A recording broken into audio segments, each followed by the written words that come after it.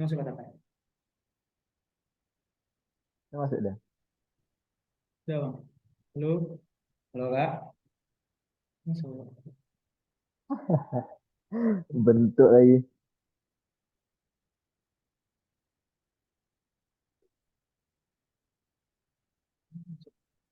Orang. Saya dapat dua orang. Gitu aja. Gitu aja ya. Jadi kan ditarik supaya yang bicara, ditarik aja. Bukan tuh. Ya, kita mulai ya bang. Oke, mulai. Baik, assalamualaikum warahmatullahi wabarakatuh. Waalaikumsalam warahmatullahi Waalaikumsalam wabarakatuh. warahmatullahi wabarakatuh. Selamat malam Kak Tata dan Bang Mustafa. Terima kasih karena telah bisa memberikan waktu kalian berdua untuk bisa melakukan wawancara ulang pada malam ini.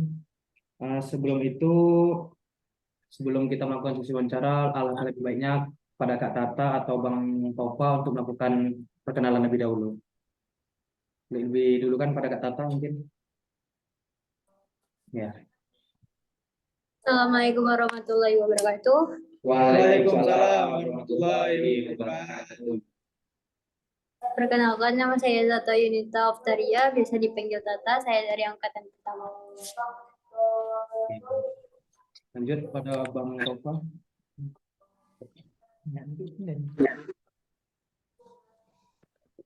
Oke, assalamualaikum warahmatullahi wabarakatuh. Waalaikumsalam warahmatullahi wabarakatuh. Perkenalkan, nama saya Ahmad Anjiza Mustafa dari angkatan 19. Saya dan Tata Oktaria adalah peserta magang dari NIT Engineering FDNBSD Malaysia. Oke. Dan Baik, untuk wawancara pertama ini saya sebagai pembawa acara pada malam ini, saya bernama Epi Krinor dan di sebelah saya ada Junaidi Purba dan di sebelah kanan saya lagi ada Rabil Ulmuluk. Jadi untuk wawancara pertama ini saya ingin bertanya pada Bang Tova atau Kak Tata tentang tempat PKL yang sudah selesai atau yang sedang ditempati itu. Nama tempatnya mungkin di Malaysia. ke Tata atau ke saya?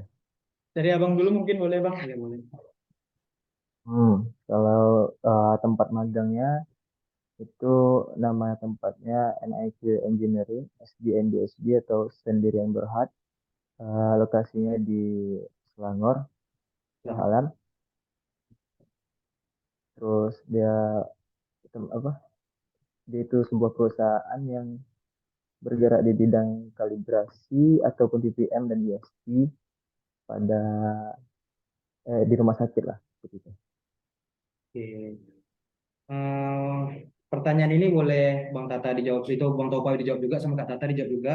Waktu PKL itu dari misalkan dari pagi atau sampai berapa misalkan waktunya kapan dari jam berapa sampai jam berapa gitu selesai. Nah, Mungkin Kak Tata atau Bang Topa bisa juga.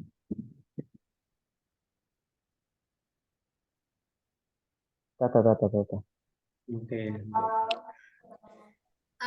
Untuk waktunya itu kalau dari PT perusahaannya sendiri itu dari masuknya jam 8.30 sampai jam 17.30. Tapi kita harus ada di office sebelum jam 8.30, minimal itu jam 8.15. Kalau biasanya pulang itu tergantung bos, misalnya bos suruh boleh pulang. Terkadang sampai lembur. Rabil bisa lanjut ya. Baik Kak, mau nanya juga nih Kak, apa saja kegiatan yang dilakukan selama di Malaysia?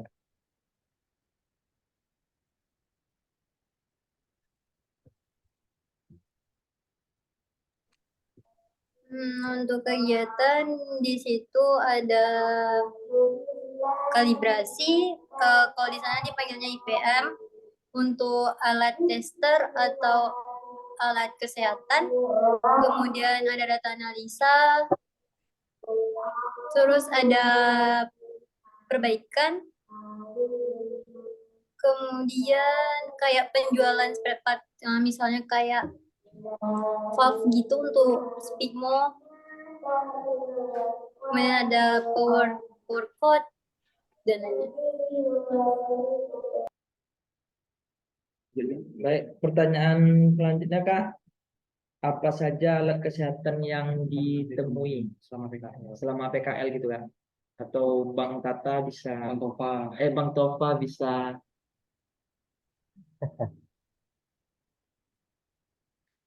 Alat kesehatan yang ditemui ya. Nah, iya. Eh, Alat kesehatan yang ditemui eh, ya banyak sih kalau dibilang. Ya sama hampir sama kayak alat kesehatan di Indonesia juga lah. Tapi kalau sana tuh yang kami jumpai suction pump, infusion pump, bedside monitor, terus regimen bike itu kayak alat terapi untuk orang-orang lansia yang apa yang susah jalan. Terus ada apa lagi ya?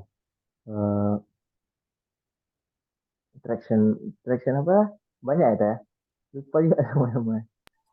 Bentar ya. Kalau di hospital itu tergantung hospitalnya mau IPM untuk alat apa atau melakukan IST alat apa. Nah, kalau di perusahaan IQ sendiri itu ada misalnya infus pump, searing pump, analyzer, dan ada berbagai macam tester di sana. Lanjut. Oke Kak, lanjut Kak. Juna mau bertanya, apa saja sih Kak tantangan yang dihadapin ketika PKL di Malaysia Kak?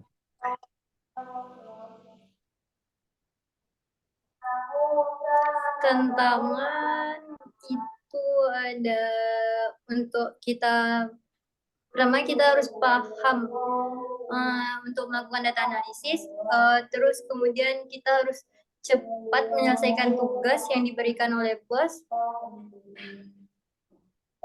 Terus apa? Balik dong.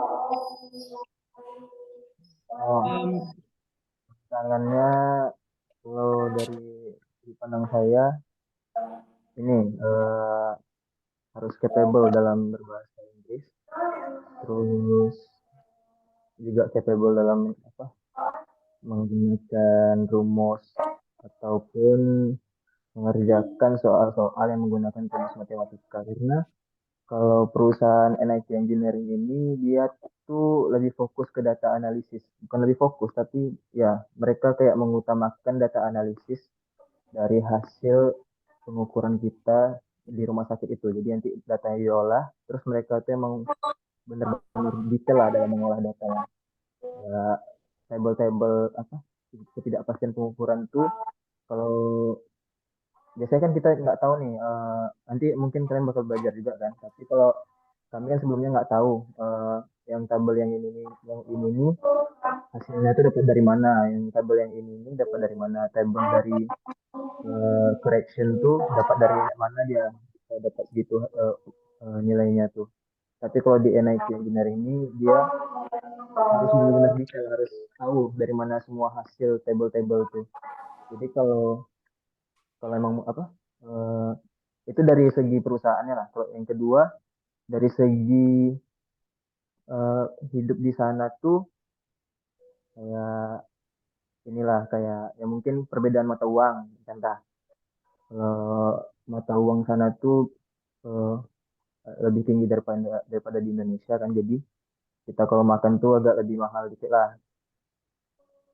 Jadi kayak harus membawa uang lebih kalau misalnya mau ke sana tuh, karena nilai konversinya tuh sekitar Rp1.000 itu sama dengan eh berapa tuh 3 ringgit ya.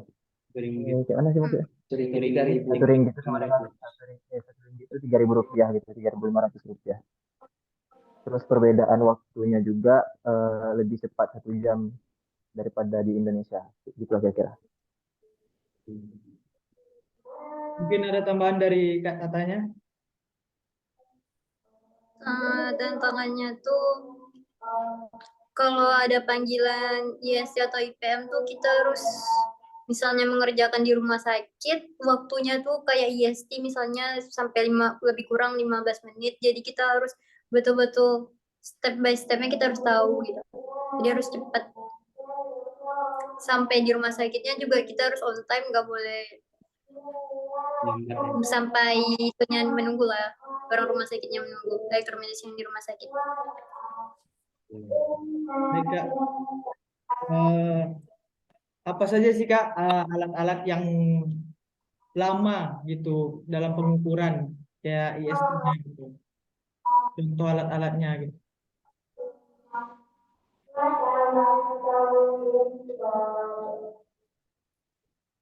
Untuk pengukuran yang lama itu tergantung parameter dari alat sendiri, berapa banyak parameter yang akan diambil datanya.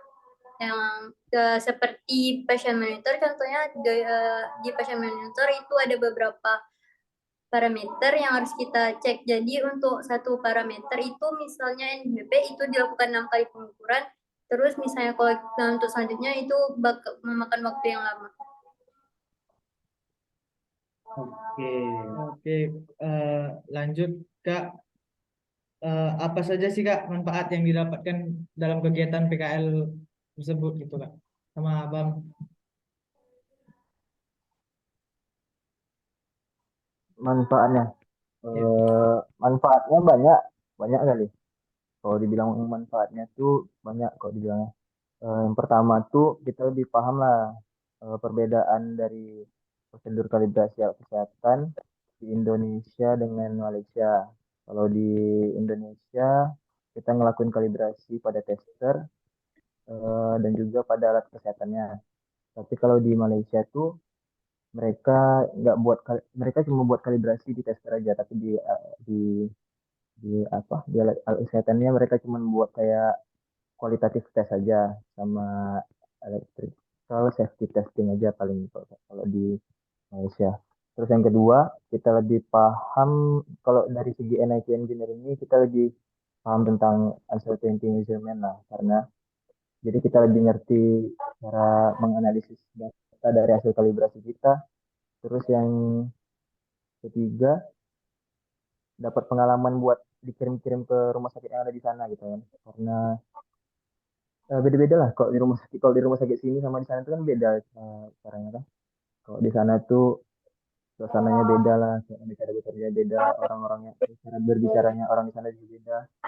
Nah, yang bekerja di rumah sakit itu juga eh, bukan orang-orang Malaysia aja, tapi ada orang Bangladesh, Chinese, ada orang luar negeri juga.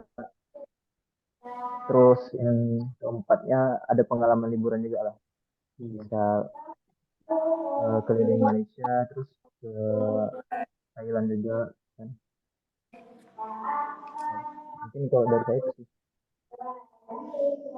Oke. Terima kasih pada Bapak sebagai data, dan saya minta sedikit saran atau tips untuk kami yang sebagai mahasiswa TREM untuk menjalani perkuliahan selama 8 tahun. Bagaimana cara kami supaya bersemangat dalam melakukan perkuliahan tersebut? Butuh sedikit saran dari Bang Topa sama Kak Tata ini.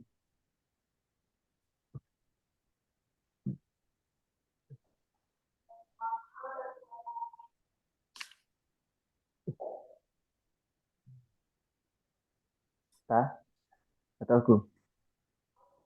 Apa pertanyaannya?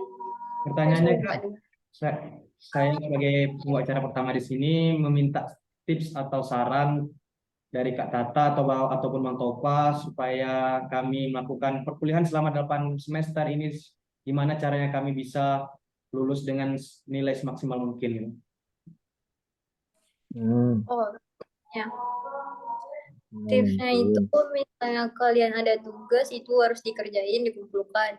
Terus misalnya kalau biasanya kan kalau kita jarang nggak terlalu fokus. Jadi untuk materi yang diajarkan oleh dosen, berarti misalnya kalau kita nggak fokus, berarti kita harus mengulang materi tersebut. Misalnya setelah materi selesai di rumah kita mengulang lagi, mencari di internet atau bagaimanapun. Atau saat perkuliahan itu kita membuat not tulisan yang bagian-bagian penting gitu, biar kita lebih mudah paham. Baik, terima kasih pada Kak Tata ataupun Bang Topa yang telah berkesempatan meluangkan waktu kalian berdua untuk melakukan pada wawancara ini. Sebelum kami menutup sesi wawancara ini, Pantun dulu, berakit kita dulu, berenang kita ke tepian, bersakit-sakit dahulu dan sukses di kemudian. Kami akhiri, assalamualaikum warahmatullahi wabarakatuh. Waalaikumsalam warahmatullahi wabarakatuh. Terima kasih pada Bang Topa sama Kak Tata ya. Terima kasih Kak. Ya. Oke, sama-sama. Siap.